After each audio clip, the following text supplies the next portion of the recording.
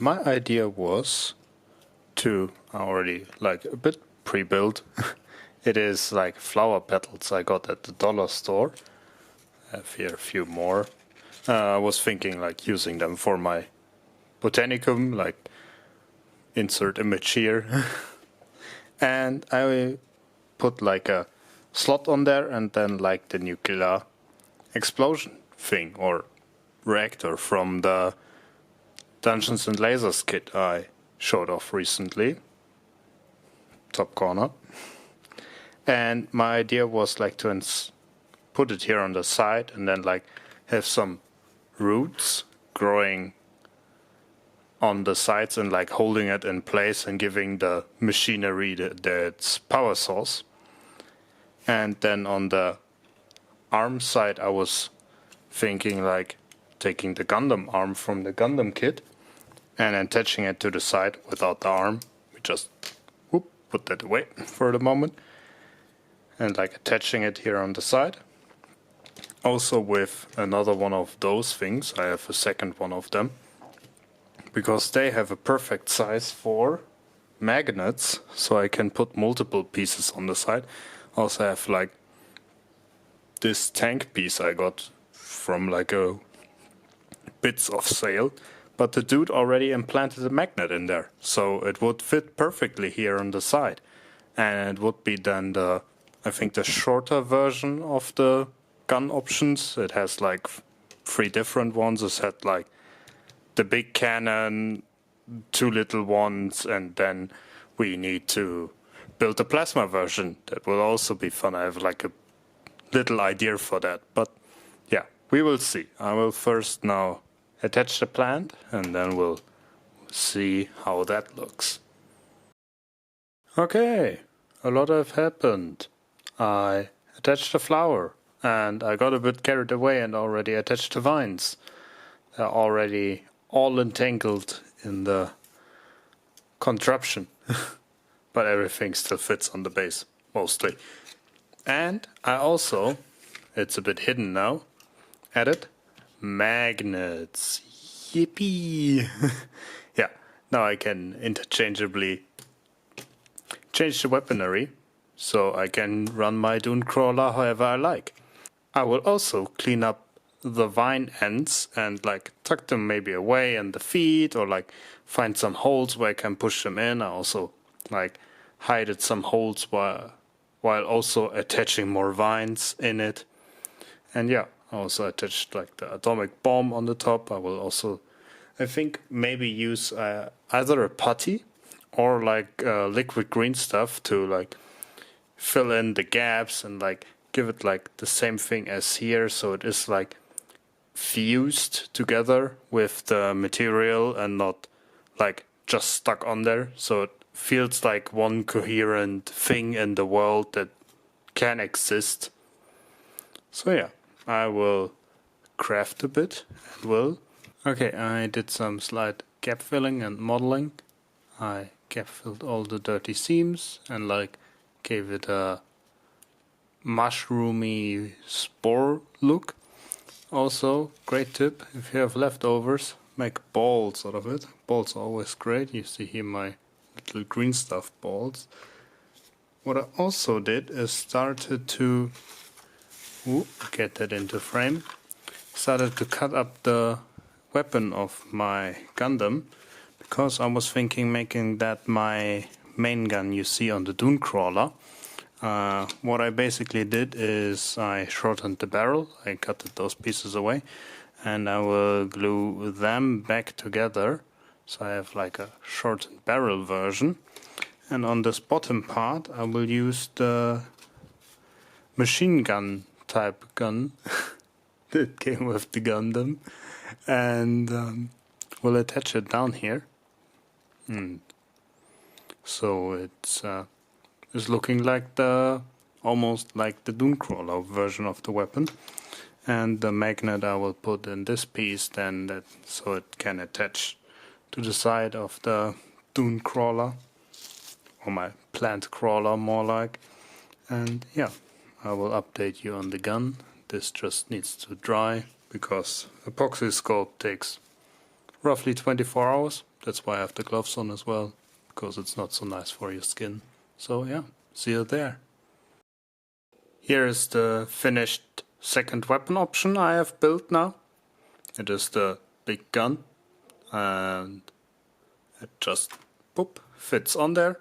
And I also started to make the third weapon option. It is made out of some bits here and there, and I was thinking like doing like a liquid tank thing here. Hello, camera, fixate on it. There we go. Like a liquid tank here, and I don't know, I was maybe thinking like, because it's based on an energy-based weapon, maybe put like an energy ball on top, but it doesn't really make sense if it shoots fluids. So yeah, I will think of something and then I will come back to you and show you what I did. So here's for now the final looking weapon attachment. The third one, it's like charging up. I was also thinking of adding some like effect, not like... So this is the finished weapon option, or not fully finished. It's missing one piece, and this is like a... I wanted to have like a watery effect. Sounds a bit weird, hear me out. I want to have this one like filled up with a liquid, and because it's AdMag you can make shit up and it's true, but you can like think like a machine that's like building up like pressure or like water pressure or like fluid pressure and turning it with like graph tech into like this ball and shoots it out. So I want to have it like with this permut texture paste I have. I will give it like a watery texture that we can paint over, and yeah, then we can also, yeah, like I said, paint the model, also do the base. I was thinking like a swamp theme, something to like mix it up. Every one of my model has like a different terrain area that it's living in, and I think the Dunecrawler, which how much he's beaten up and grown over, I think like a swamp area would really fit.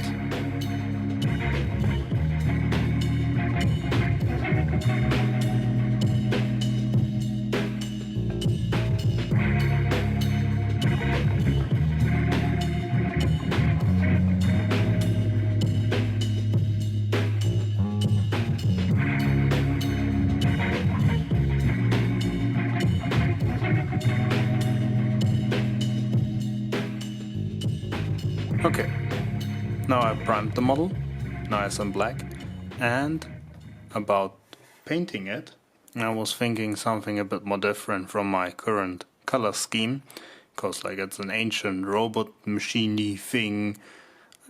My idea is probably that my Botanicum hadn't built it, but more like adapted it to its ranks, bit like the story from the Space Wolves where they found their dreadnought just walking around chilling. My idea, because it's a different kind of model then, is to also try a different painting style. I was trying to mimic the painting style of Orkbud. It's a creator I'm following on Instagram. He does very good like chipped and rusted painting of models without using metallics, using a non-metallic painting style. And I was thinking to mimic that, but instead with his like yellows, he mostly does. I think he does like his most recent ones are with like blue orcs. Yeah, we'll mimic that with also blue. I was thinking like bluish body, and then like to have the rose more in the focus, I will use magenta with maybe some green in there because of the radioactivity. And I think that will probably work out fine.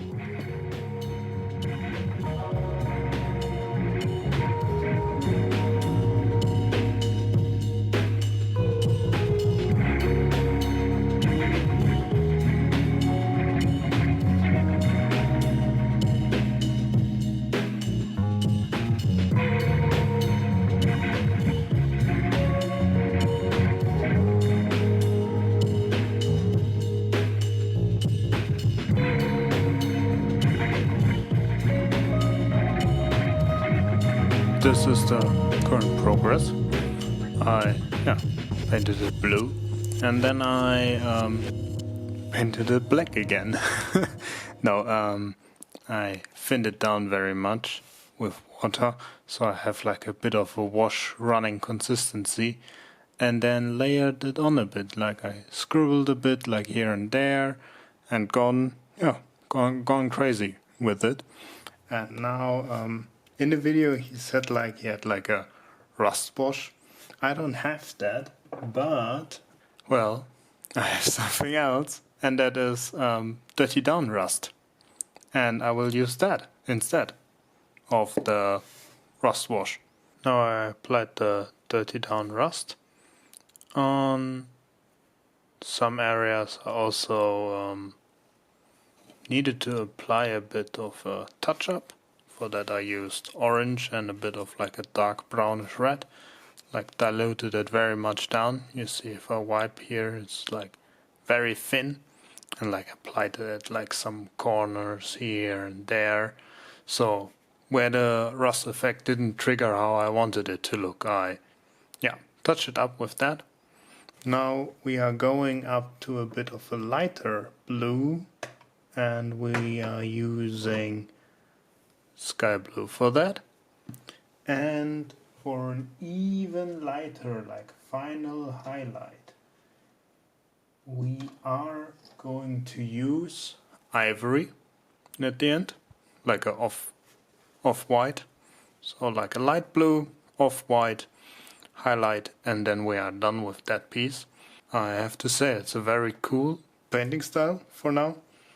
I really enjoyed it. It also is great recommended to get this.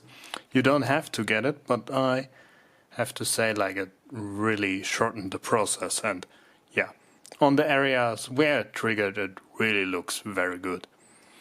But be mindful, you need to give it a very good shake for it to use. I want to show off how it looks with and without the highlight. And as you can see here on the left, you see I already highlighted the model. On the right, I haven't.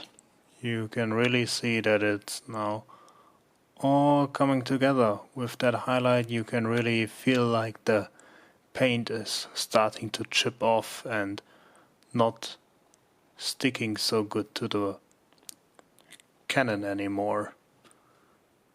But also this is only the first highlight, and I also started to mix in the base coat a bit into my highlight color, so it is not so abrupt and a bit more subtle. The next pass will be a bit more to the chips, and then we mix in the ivory to give it like the final highlight on some key areas that we want to like focus on our eyes.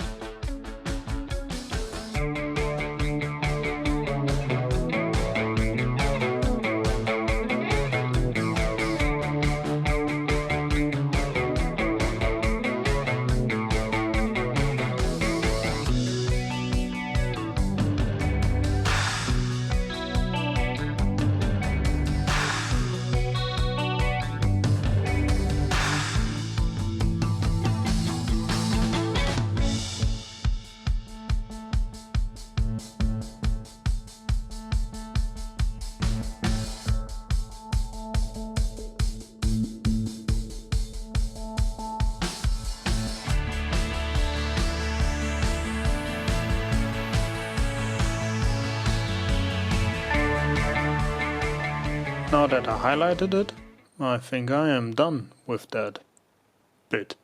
And I think it took me 1.5 hours for that piece here. So I can't wait to paint the rest. No, you live and you learn. Some improvements can be made here and there. Was a bit too thick on some areas, but I think like I will darken those vents, and then I will paint the rest and come back to you again at a later point. While I was painting the weapon, I wanted to show you how I do my water effects. Like I already painted one here, but we still have the tank we should paint. So I will show you how I will paint it, and then I will show you as well how we apply the glow effect. I was thinking like a greenish glow, like it's charging up a green energy ball ready to shoot. So first up we are going to paint our little barrel here. As you can see, I started off with like a white line on the bottom. Doesn't need to be the cleanest one, so you can be a bit rougher, but that's also our advantage, because with our jiggliness of our hands we will build up the waves.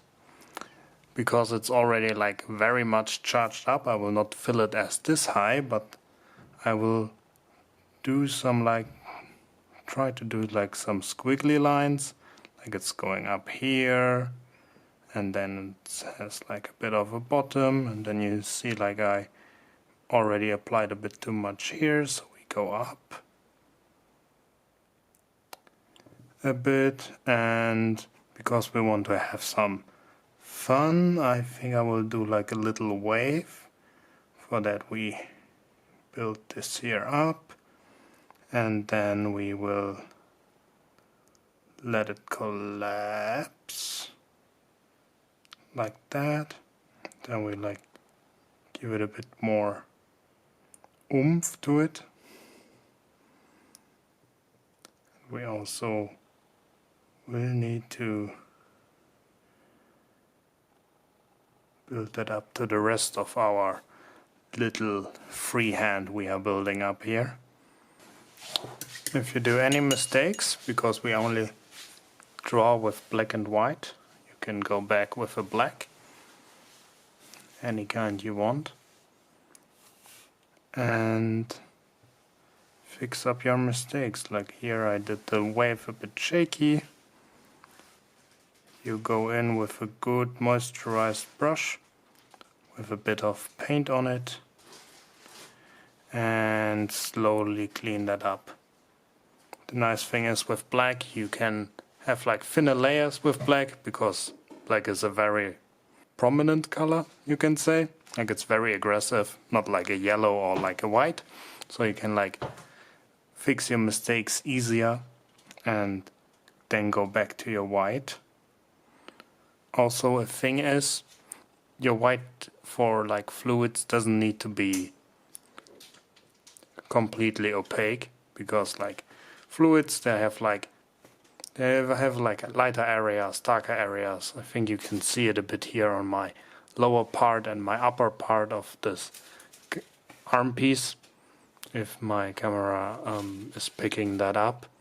That's like not fully like two thin layers. I think it's one, and then I squiggled a bit while it was wet, so I build up a bit of like a fluid texture that we will use on later steps. Now with still my black on the brush, I will clean up my wave, and also will create a crevice here that is happening before the wave.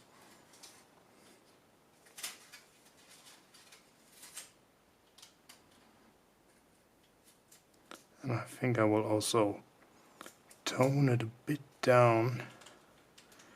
It's got a bit too big. Or not. I'm not very happy with that right now. So we will just fix that. Paint over that a bit. Now I have a few more pigments in my brush. Fix that up.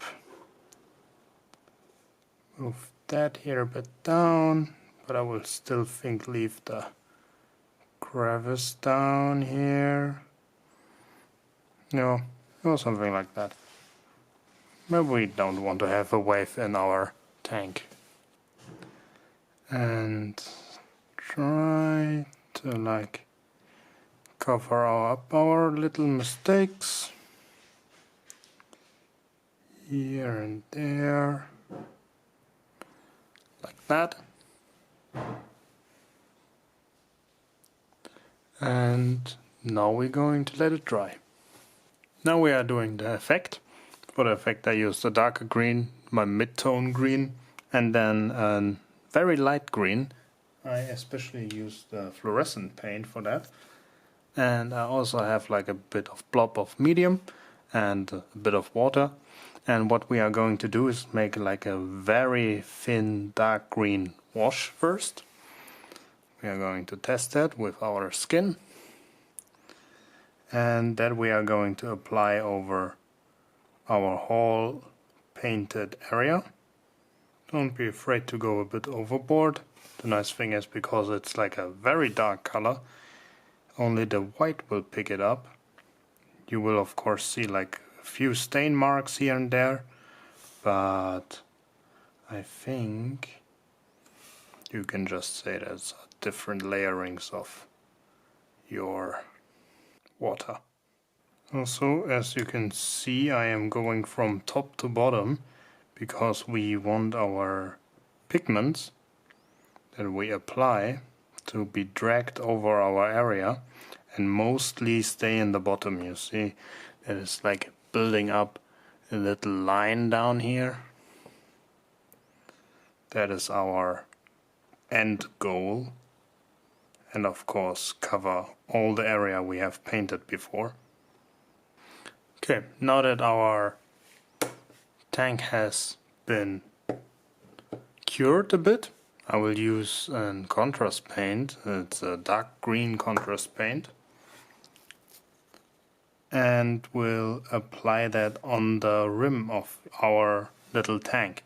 For that you need a bit of patience and brush control, but you will just try to drag it into that crevice, like so. And now we are doing a bit of fun things with that, because we are now in a more of a bluish area, as you can see, or not, because of the reflection. But I can start adding like few like bips and bops here and there that are going up and down. This time we don't want to have it staying in our crevice, so we go back with a moist but clean brush without any paint on it and suck up the residue, and then we can apply it because we are not going to waste it. We can apply it back on the model like so, and again let it dry for a bit. So we work on the other parts, and then we are going to use our highlight green. The nice thing is, with those fluorescent paints you don't really need to thin them down because they are very opaque, and we are going to test it against the opacity against our fingers, and so we have a good brush control. And then we're just going to, like on the top, then you need a bit of patience, like bit of a stippling motion, but also go a bit downwards, like give it a few dabs here and there. So there are also like areas that build up a bit more of the fluorescent pigments, and some where it is just brushed over and glazed. So you have a bit of a, yeah, like again with the texture, you have the dark parts that are a bit like bubbly water, and now we have the lighter parts that are like little bubbles you can imagine going up. And so it is a bit more interesting to look at. I know it's like a very, very small detail on the big model, but if people notice it, it warms my heart. So people know I put a lot of effort into those things. And yeah, so it is not all for nothing. Now I think I will give it a bit more with the darker parts so you really see the contrast. But yeah, that's mostly it. If you like, you can also go a step higher and add like a bit of a yellow as well. But with that you should only go on the most uppest part. I think I will do that and show you the end result, just so you can see how it will look at the end. We are doing quite a progress jump, but it was mostly the same what I already showed. And I also started to paint the flower again. Yeah, it was white before, prime black, white again, But my steps, if you want to follow along, was to use a warm gray. And now I'm taking an ivory color, like an off-white, and paint petal structures inside. My idea is that we give it like a bit of texture inside, and then I will use my sponging technique I showed in my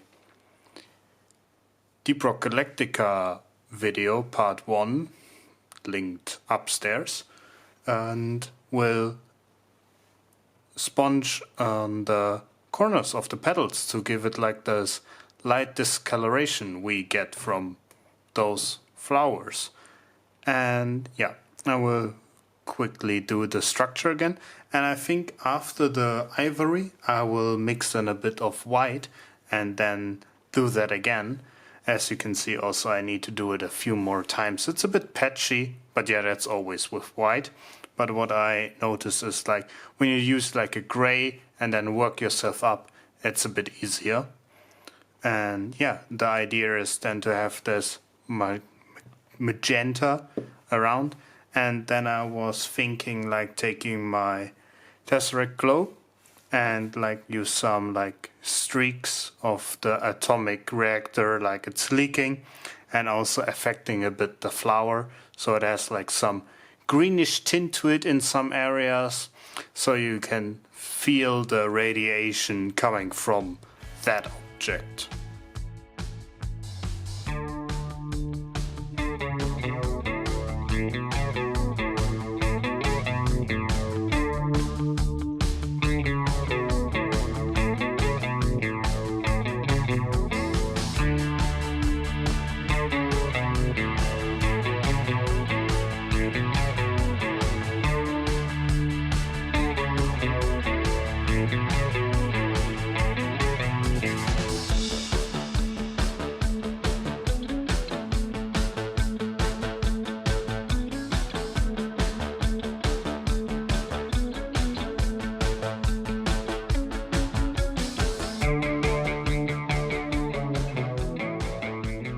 Okie dokie. I added with my sponge the different colors, and because it's a blending sponge, it blends them semi-perfectly. It was a bit sloppy at some areas, but I think that gives it more the organic feel. Also started to paint some places white where I will add now the Tesseract Glow, and then we can do the fun part and write a bit freehand here on the scripture. I was thinking like botanicum or something, and after that we are done with that model and can move on to the base, which I'm also very excited about. Okay, I added the freehand. It is Nelumbunancy. Fancy word for lotus flower. Yeah, it's a Latin word for it. I thought it was fitting because why not? It is long enough to be written over the chest. And yeah, now we are almost done. I noticed I forgot some cool details here on the side that will also paint. But we will let this dry now and turn our attention to the base. I already built out a bit of the layout I wanted to do. I said yeah, I wanted to do a swamp, and now I'm going to add a bit of texture paste. What I did was just use some gesso with a bit of sand to create this texture paste that we then will smear on.